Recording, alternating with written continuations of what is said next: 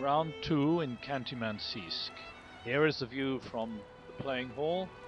It's a balmy weather, it's only -5 or so, not too much snow on the ground. Here is the playing hall itself. It is lucky that chess is an indoor game, because even at -5 it might get the games a lot shorter. And here we are just before the round. General view of the playing hall. We are now down to 64 players. Nicky Adams' wife Tara can be seen in the front.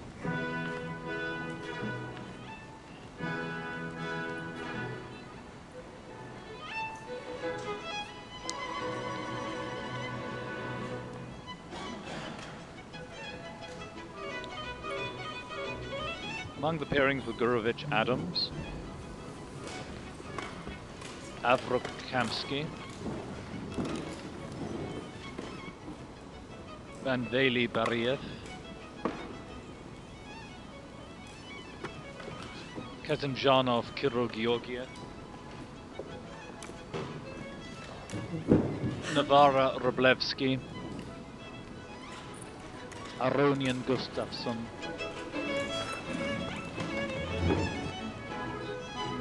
Motilev Bu, Royce Bagro. Carlsen is one of the young players taking part, as is Alexiev, the Russian champion. Yakovenko, also from Russia, but also from Ugra. Ponomariev, the ex-world champion, still a young player. Rajabov, who lost to Machair in the big upset of the day. Here you see the game.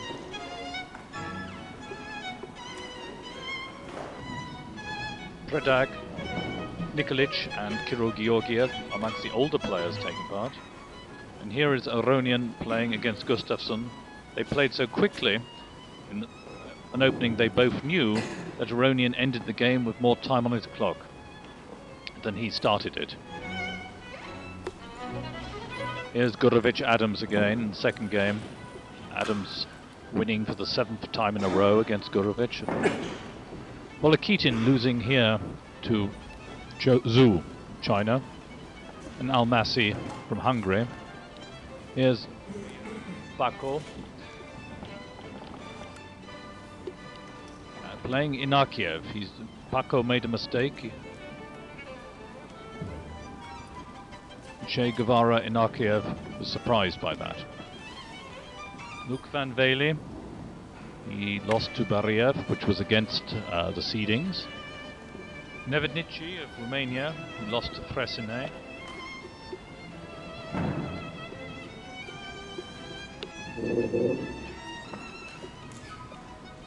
Zvek Ginisev, Russia, lost to Sasikiran on tie breaks.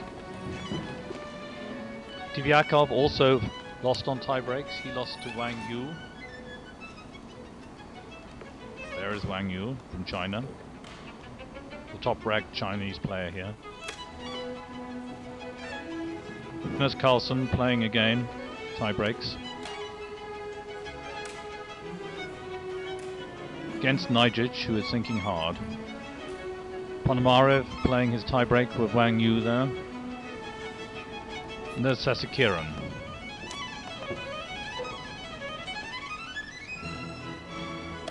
Ivanchuk in typical mode, playing his tie-break against Galkin, which he won. Ivanchuk is the first seed.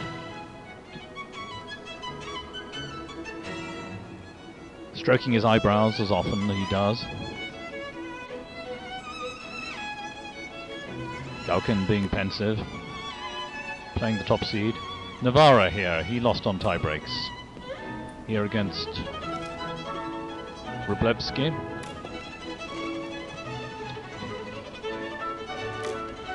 There's Rublevsky. Navarra, as you will see later, acted as his own translator in the press conference. He translated easily from Russian.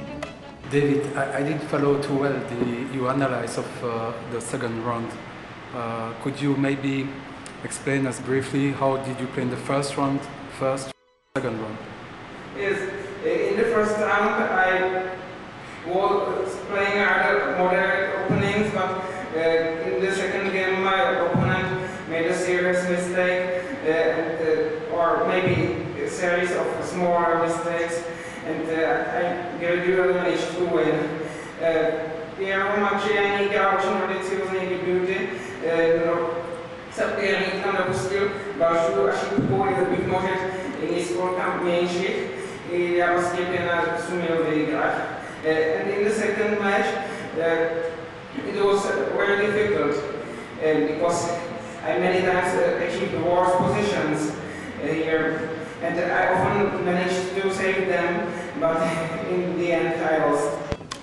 Cheparinov against European champion and Blitz champion Chachiev, who was better in most games but eventually lost. Could you explain us means the game of today and yesterday? The game of today and yesterday? Yeah. Okay. Well, yesterday I've chosen a line which is very rare actually. Actually, to my big surprise, because this line looks to be pretty critical, and I failed to find a convincing advantage for white, even in the analyze. My opponent as usually choose the most aggressive way to react, which actually I think was wrong, because I think after Queen B3 I have no problem. So, well, right from, actually I was very happy once he played Queen B3, because right from then I started to think about not only equalizing, let's say. And then he made, I think, a big mistake, bishop e2, because I think already only white is risky in this position, so white doesn't risk anything, I think. And after bishop e2, I think plus advantage became quite menacing, right? And after 95, because all the classical tricks start to suddenly appear on the board. Okay, and then after 95, necessarily to create institute, I've spent lots of time and lots of energy, which was actually very important because I didn't feel really well, actually, as I said already.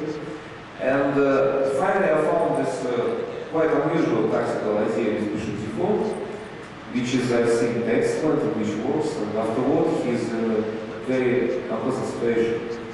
He didn't react well, and he was completely lost. And at this point, okay, I don't know, whether it's my nerves, whether it's my state of physical state, whether it's my age, I don't know, but somehow I missed something which is, I think, a position which nobody would miss on this playing format. Among the journalists, I think nobody would miss it either. So it happened, and what about today? Today, well, first game, at some point I thought I was kind of pressing, but I think he reacted in a very good way, in a very dynamic way, let's say. He sacrificed the pawn for big activity, and then, okay, it logically finished with draw.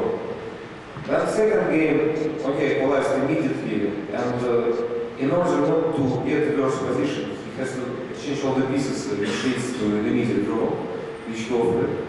And then third game, well, first game of Blitz. Well, before this game I took some aspirin, such was my state, but it didn't help at all. I played, I would say, like a child, I think. Well, my opponent played well, okay, he punished me in a proper way. But I would say I played like a child, actually, a shameful game, I would say.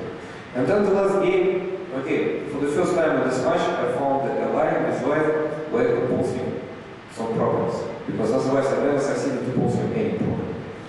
Okay, I was very happy out of the opening, and then I was pressing, but in some mutual time trouble I spoiled everything. Well, more or less in the same manner as yesterday in the classical game. So, and then, okay, everything had changed in the draw. Well, let's say I missed this match twice. I missed it yesterday, and I missed it when I didn't fight back on the fourth game today. But okay, I mean, well, rather yesterday it was dramatic, today it was more or less normal. I was never winning.